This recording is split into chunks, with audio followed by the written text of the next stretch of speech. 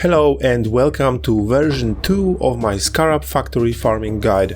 I've posted a video with this strategy that is already good, and now I'm posting an enhanced edition with additional improvements. This strategy is really simple and easy to play, so you can mindlessly blast through the maps using just 1% of your brain. I also tried different strategies, but I was always coming back to this strategy. It is really that good. When I was exploring other strategies, however, I was able to actually upgrade this one and I wanna share it. So sit back, relax, and let's dive into the details. I will show the Atlas tree, Scarabs setup options, and types of maps to play. Let's start with the Atlas tree.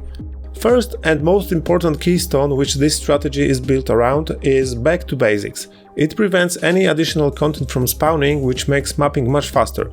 It is also easier to do them without having to interact with the content, such as placing expedition explosive, which is super time consuming. So for me, it is also more fun because the game was getting over complex with each league content added to the core game.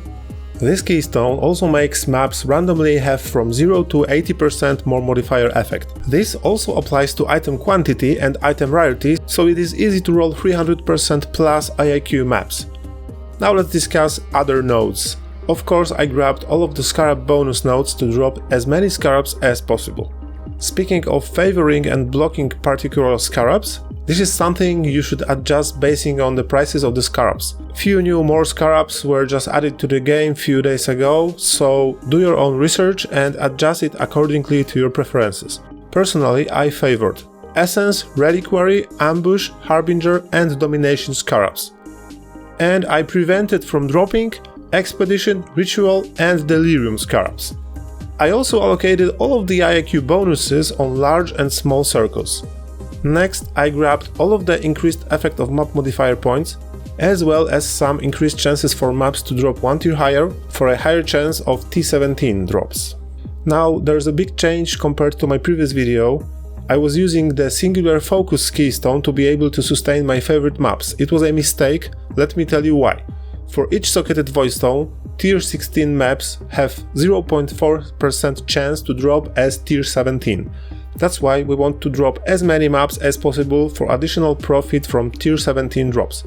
I still favor my best map, which is Canyon, but singular focus is not a good idea in 3.24 as it is decreasing map drops. Next change compared to the previous version is that I stopped using thorough exploration.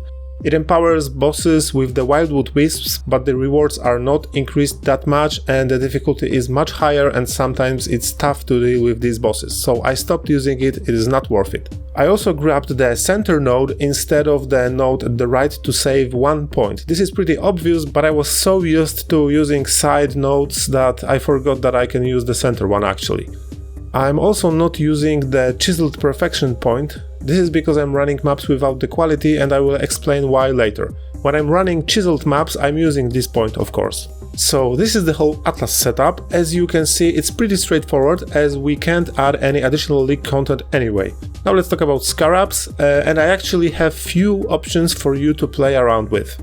Since we're using back to basics, most of the Scarabs can't be used, but there are some options. 3 basic Scarabs that I always use are Scarab of Hunted Traitors, Mysterious Scarab for 40 to 60 clusters of Mysterious Barrels, and Scarab of Adversaries for 4 additional packs with mirrored rare monsters. I stopped using Monstrous Lineage Scarab for increased magic pack size. So 4th Scarab slot is something that I'm changing, and there are some nice options to use. Most of the time I'm using Cartography Scarab of Corruption. It makes all dropped maps 8-modded, corrupted, so it's really easy to sustain these maps without having to val maps, which also takes time. The downside is that they drop mostly with 0 quality, but I can accept that price to be able to just run map after map fast. When I get a lot of maps, then I can switch that 4th Scarab to other option. That would be 2nd Scarab of Adversaries, since they are limited to 2, or 2nd Mysterious Scarab for additional Mysterious Barrels, which are really good. Or if you want to farm some additional Divination cards, you can add a Divination Scarab, but I wouldn't recommend that, as the main goal of this strategy is to drop a lot of Scarabs.